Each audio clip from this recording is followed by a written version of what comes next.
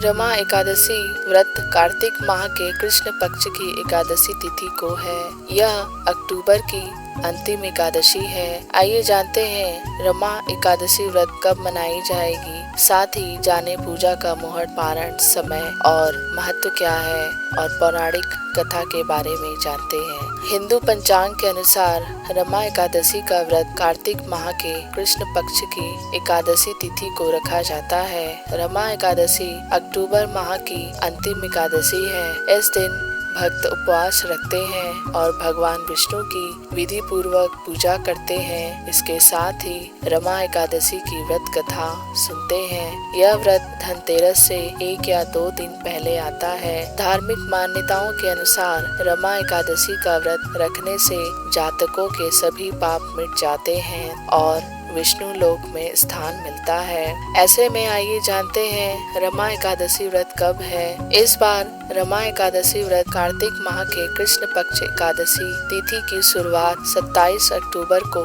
सुबह 5:23 से होगी। इस तिथि का समापन 28 अक्टूबर को सुबह 7:50 पर होगा। ऐसे में रमा एकादशी का व्रत 28 अक्टूबर को रखा जाएगा। रमा एकादशी के दिन आप पूजा सुबह 6:30 पर कर सकते हैं। रमा एकादशी पर पूरे दिन शुभ योग बन रहे हैं। इस दिन राहु काल सुबह में 7:54 से लेकर सुबह 9:18 तक है।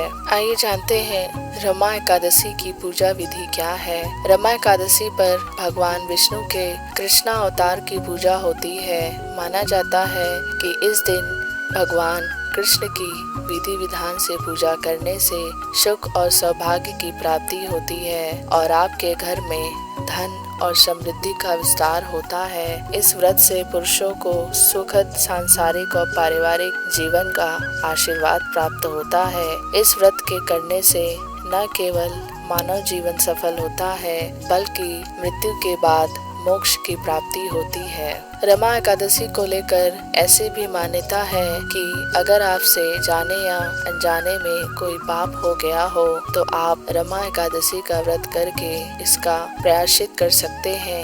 इस व्रत के प्रभाव से घोर पाप से भी मुक्ति मिलती है, ऐसा पद्म पुराण में बताया गया है। रमा एकादशी पर सुबह सूर्योदय से पहले उठकर स्नान कर ले और पूजा की तैयारियां करें। फिर भगवान के सामने व्रत का संकल्प ले और उनसे व्रत की सफलता में सहयोग की प्रार्थना करें। इसके बाद श्री कृष्ण की मूर्ति को गंगा जल से स्नान कराकर रोली और अक्षत से टीका करें। भगवान श्री कृष्ण को माखन और मिश्री का भोग लगाएं। पूजा के बाद सूर्यदेव को अर्घ्य दें। दिन भर शांत मन से भगवान का स्मरण करते रहें। यदि समय मिले तो गीता का पाठ जरूर करना चाहिए। किसी से बहस करने से बचें और कलह का माहौल अपने आसपास न बनने दें। शाम के समय फिर से श्री कृष्ण की पूजा करें और भगवान को भोग लगाकर प्रसाद सभी में बांट दें और खुद भी ग्रहण करें। अगले दिन मंदिर में जाकर पूजा पाठ कर दान दक्षिणा दें। आप चाहे तो अगले दिन कुछ ब्राह्मणों को घर बुलाकर भोजन भी करवा सकते हैं।